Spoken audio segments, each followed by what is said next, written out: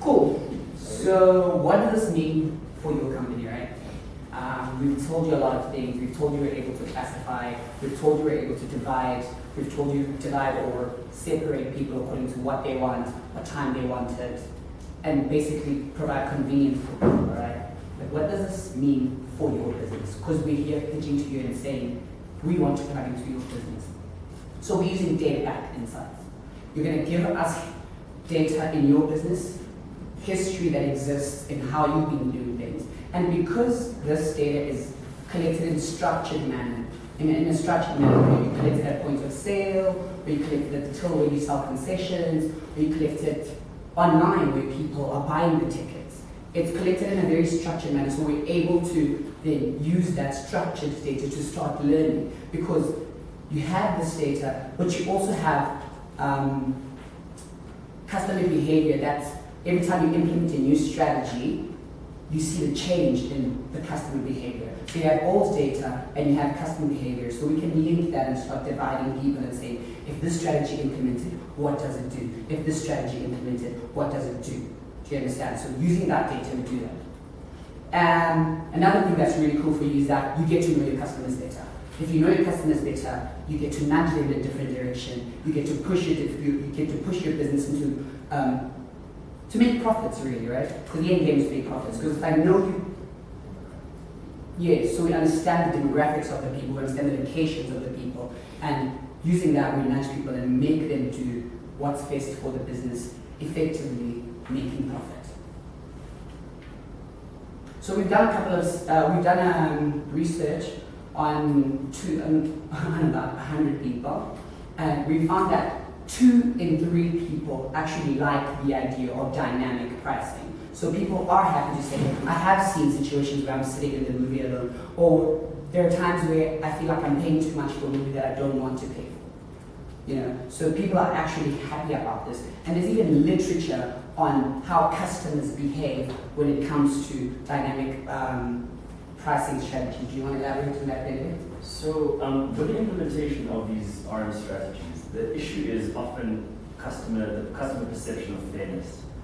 And sometimes people, you might find yourself a bit angry, paying more for a product that you're not used to paying more for. Now it's a surge charge situation.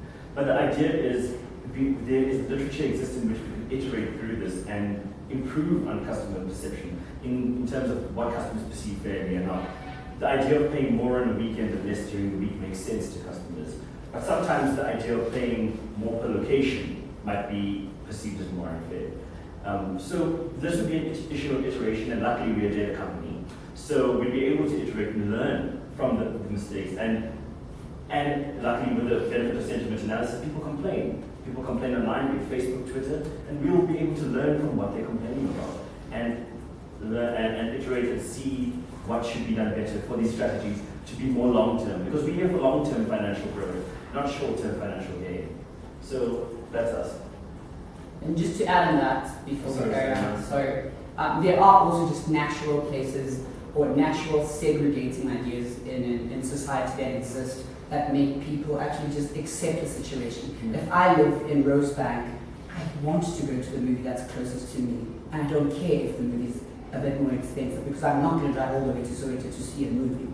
And so things like that already exist in society have started segregating the data for us. It's just us putting it on a platform that allows us to better analyze it and then predict and leverage off of that.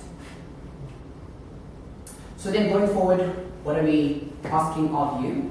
We're asking you to give us your structured data, or the data that exists in your company. So data about your ticket sales, data about your occupancy rates, data about your concession sales, and data about your advertising data. All of this we will then use to plug into our algorithms to learn about your business, right? And previous strategies. So what we mean by that is places in your business where you've implemented certain strategies, so we can see what happens when you implement certain things in your company. And then we'll use this data to better we'll understand and structure the data. We'll build forecasting models, and then we'll quantify the potential upside for you. So what does it mean when you do all of this, and can you actually make money from this? And what's important for us to let you guys know is that as a business, Because we don't own data currently, it is at no cost that we ask to use your data, your historic data, to help predict or to help learn from your previous data.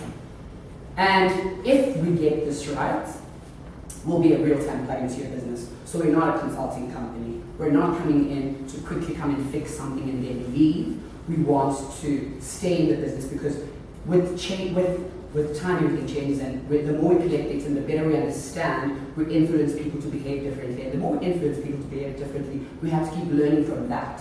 So we'll stay in the business and stay plugged in. So it's a long-term relationship. We're not just looking to kind of quick fix and leave. And like I said already, it's ongoing analysis and modification of your business. So